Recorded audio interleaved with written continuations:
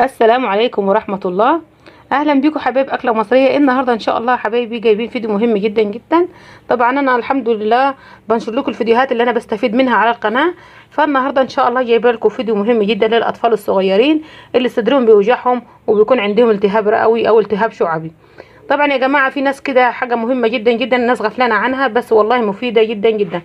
كانوا زمان كان بيعملوها للاطفال على طول وما كانش بيحتاجوا لجلسات التنفس او جلسات البخار، وكانت صحتهم حلوه وكويسه، وصدر الاطفال الصغيره كان يكون كويس جدا جدا حتى في فصل الشتاء. احنا رغم انه في فصل الصيف لكن برضو الاطفال مناعتها ضعيفه وصدرها بيوجعها جامد. فطبعا انا النهارده حبيت اعمل معاكم الفيديو ده عن تجربه امي قالت لي عليه وجاب نتيجه حلوه مع اولادي، وانا جايبه طبعا معايا احمد عنده شهر، فاستخدمت معاه التجربه دي وجابت نتيجه حلوه معاه، والحمد لله صدره خف عليه من غير مضادات حيوي وضعف مناعه وشغلانه كبيره. طبعا النهارده ان شاء الله دي البزازه بتاعه احمد، انا جايبها صغيره علشان بساعده مساعده بس مش برضعه رضاعه كامله لبن صناعي. وده المسحوق هو اللي احنا هنستخدمه النهارده وجاب نتيجه حلوه معانا. بس قبل ما اكمل الفيديو ما تنسوش تعملوا لايك على الفيديو، واللي ما اشتركش قبل كده واول مره يشوف قناتنا يشترك ويفعل الجرس عشان توصل لكم كل اللي بننشره ان شاء الله. طبعا النهارده اكيد في ناس هتعرف ده من قبل ما اقول اسمه. طبعا ده يا جماعه مهم جدا جدا، هو ده اللي احنا بنغسله غسل كويس وبعد كده بنقطعه وبنغليه، بيدينا كده زي اليانسون بالظبط اهو، شايفين زي طريقه عمل اليانسون بالظبط اهو. طبعا ده يا جماعه دي اوراق شجره الجوافه. طبعا الجوافه اللي احنا بناكلها العاديه بتاعتنا ده الشجر بتاعها، ده اوراق الشجره بتاعتها اهو. طبعا ده متوفر في كل المطارح، مزروع الشجر في كل مكان. هنقطف كام ورق الشجره من كده اهي، كام ورقه شجر من الجوافه، وبعد كده هنروح البيت نغسلها ونقطعها ونغليها.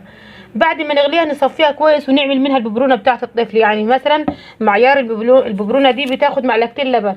بعد ما نحط معلقتين اللبن في البزازه بعد كده نجيب من المسحوق دوت بعد ما يبرد شويه ونعمل بيه البزازه بتاعتنا ونرجعها ونستنى تبرد، وبعد كده نديها للطفل مرة او مرتين هتلاقي كل اللي عنده الحمد لله زال من عليه خالص واختفت كمان. وفي ناس كمان كبيرة، يعني بنتي عندها 5 سنين وبنتي تانية عندها 7 سنين برضو بيكحوا الكحة جامدة معاهم، كحة ناشفة كده وصدرهم بيوجعهم. برضو انا غليت لهم دوت وحطيت نص معلقة سكر في الكوباية وعطيته لهم، الحمد لله جاب نتيجة حلوة.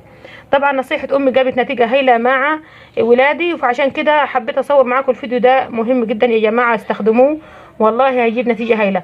طبعا لو تلاحظوا السنة كلها الجوافة بتكون غالية ب25 وب20، ولما بترخص خالص وتبقى رخيصة بتبقى 15 جنيه او 12 جنيه. ليه؟ علشان هي فيها نسبة كالسيوم عالية، علشان كده بتكون اغلى نوع في الفاكهة اللي هي ممكن ما تكونش غالية بس هي بتبقى غالية علشان فيها نسبة كالسيوم حلوة وبتعالج الكحة وبتعالج زيها زي فيتامين سي بتاع البرتقال او الاستفندي.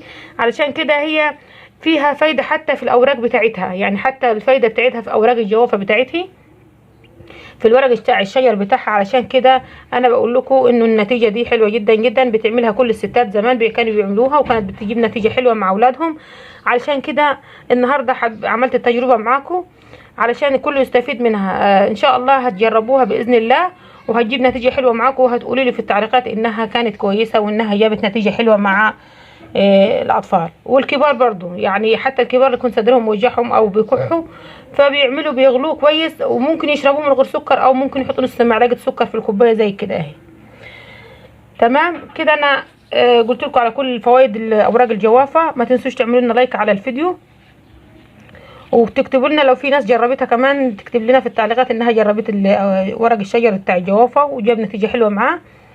ويا ريت اللي يشوف قناتنا اول مره يشترك ويفعل الجرس عشان توصل لكم كل الفيديوهات اللي احنا بننشرها ان شاء الله. والسلام عليكم ورحمه الله وبركاته.